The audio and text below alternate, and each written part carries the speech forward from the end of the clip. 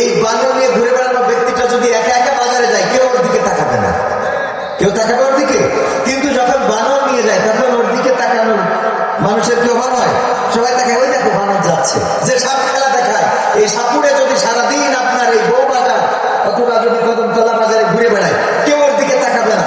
কিন্তু যখন সাপের বাক্স নিয়ে যায় তখন বলে, এই নাও বের করো কয়টা সাপ আছে দেখি। ঠিক না বেঠিক? তার মানে সাপুরের মূল আকর্ষণ না, মূল আকর্ষণ যে বানরের খেলা দেখায় সে না, বানরটা আকর্ষণ, সাপটা আকর্ষণ। ঠিক না বেঠিক? তাহলে আজকের মাহফিলের সেই সাপ এবং বানর এটার সাথে আমার কিছুটা মিলে কথা কয় না, গেছে না যায় না? কারণ আকর্ষণ জিনিসটা ওটা চিড়িয়াখানা। আমি প্রায় বলি, চিড়িয়াখানায় যদি যান, এই চিড়িয়াখানায় বাঘ ভাল্লুক কুল্লুক এগুলো কিছুই নাই, কেউ যাবে সেখানে? কথা কয় না।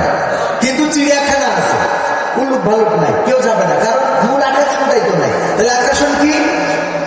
কথা কয় না। বাঘ ভাল্লুক হাতি বিড়াল কুত্তা বিলাই এগুলো। ঠিক না ঠিক?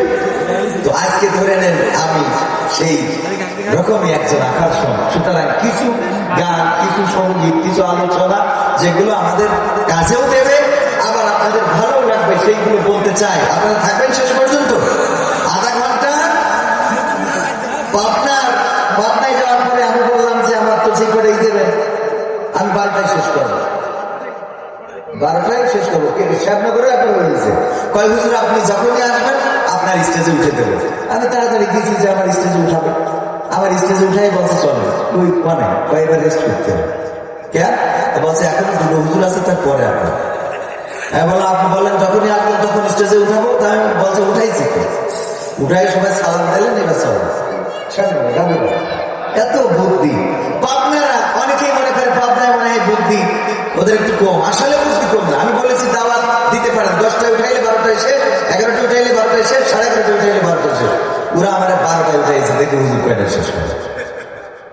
আমি বললাম যে বাবা এই 12টার সময় কি লোক থাকবে? তো বলতেছে আপনার পরেও একটা বক্তা এখন আছে। আমি বললাম আমার পরেও 12টার পরে বক্তা আছে? বলছে হযরত মাওলানা খেচুড়ি রাহিমাহুল্লাহ। আজকেও সেই হযরত মাওলানা খেচুড়ি আছে না নাই? কথা কয় না। গরম গরম প্যাকিং হচ্ছে ইনশাআল্লাহ। আমার আকর্ষণে থাকেন আর না থাকেন, অন্তত খেচুড়িতে না নিয়ে যাওয়া যাবে না, কারণ এটা নষ্ট করা যাবে। রিজিক আসে কার তরফ থেকে? আল্লাহর তরফ থেকে, অবহেলা করা যাবে না। মান্না সালোয়া যখন দিত বসি পড়ি খালি প্লেটটা ধুয়ে পরিষ্কার করে ঢেকে রেখে দেবেন, ওর মধ্যে খাওয়া।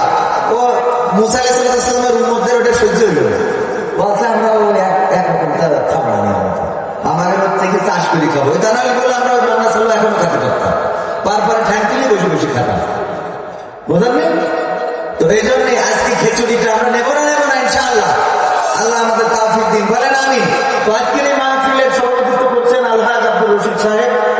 আলোচনায় আমাদের ভাইয়েরা ছিলেন এবং আমার সামনে উপবিষ্ট দিনদার ইমানদার মুসলমান ভাই বাবাজিরা, পর্দার অন্তরালে মায়ের বোনেরা, ডানে বামে আমার কলিজার টুকরা যুবকেরা, সবাইকে অন্তরস্থল থেকে সালাম জানাচ্ছি, আসসালামু আলাইকুম ওয়া রাহমাতুল্লাহ।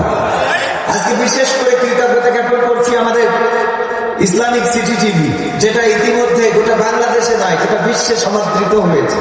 অনেক ভালো আলোচনা রেকর্ড করে, এডিট করে মানুষের মানে এখন যে চাহিদা, বিনোদনের যে খোরাক, সেটা অনেকটাই পূরণ করেন ইসলামিক সিটি টিভি। তো ইসলামিক সিটি টিভির সম্মানিত প্রোভাইডার তরিকুল ইসলাম ভাইকে বিশেষ কৃতজ্ঞতা জ্ঞাপন করছি যে এমন সুন্দর একটা পরিবেশ এবং এই আয়োজন করে দেওয়ার জন্য। আল্লাহ রাব্বুল আলামিন আমার ভাইজানের নেক হায়াত দান করুন, পড়ছি আমিন। পরিবারের প্রতি আল্লাহ রাব্বুল আলামিন খাস রহমত বর্ষণ করুন, পড়ছি আমিন।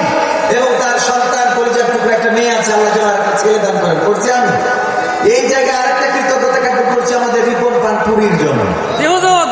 রিপন, আমি বাংলাদেশে প্রায় মাহফিলে রিপনের কথা বলি, আমার যুবকেরা আজকে জেনে রাখতে পারে এই রিপনের বিয়ের দোয়া কিন্তু আমি করেছি, আলহামদুলিল্লাহ। রিপন ভাই কই আছে? তার বাসাটাও এখানে। আজকে তার বাবা এখানকার শ্রোতা, তার দুলাভাই এখানকার শ্রোতা, তার বউ এখানকার শ্রোতা। হ্যাঁ, এবং শুধু স্ত্রী শ্রোতা না, স্ত্রীর গর্ভে আল্লাহ রাব্বুল আলামিন নতুন মেহমানের ব্যবস্থা করেছেন, আলহামদুলিল্লাহ। এবং এই দোয়া কিন্তু আমার করা, 100 টাকা করে দিত, আর হুজুর আমার বিয়ের জন্য দোয়া করে দেন। এই 100 টাকায় দোয়া করে দিয়েছি, পরে বললো হুজুর আমার বিয়ে হয়েছে আলহামদুলিল্লাহ। পরের বছর আসছি, আবার দেখি চিরকুটে লিখে হুজুর আমার বিয়ের জন্য দোয়া করে দেন। বললাম কেন, গতকাল হয়েছিল ভাই, সেটা চলে গেছে। আমি বললাম অন্তত রাখার দায়িত্ব তো তোমার, আমি দোয়াটা করে দিলাম বিয়ে। ভাই তো সেই রিপনের বাড়ি কিন্তু এখানে, আলহামদুলিল্লাহ। রিপন ভাই, সেই রিপন ভাইয়ের বাড়ি এখানে, আলহামদুলিল্লাহ। এখন সংসারে তাদের সুখ শান্তি, এবং আমাকে প্রায়ই ফোন করে, ভাই একটু দোয়া করেন, কবে আসবেন? আমার দেখার জন্য এত পাগল। আমার মনে হয় যে ওর যদি পীর থাকে তাইলে আমি, কারণ বিয়ের মতো একটা কাম ছেড়ে দিয়েছি শীতের সময়, কত ভালো লাগে। আলহামদুলিল্লাহ বলেন। হ্যাঁ আলহামদুলিল্লাহ। এটা যাদের বউ না, এটা বুঝবে না। এই জন্য যুবকরা বিয়ের প্রয়োজন হইলে আলহামদুলিল্লাহ আমি দোয়া করি, আল্লাহ কবুল করুন। পড়েন আমিন। আল্লাহ রাব্বুল আলামিন সবাইকে কবুল করুন। পড়ছি আমিন।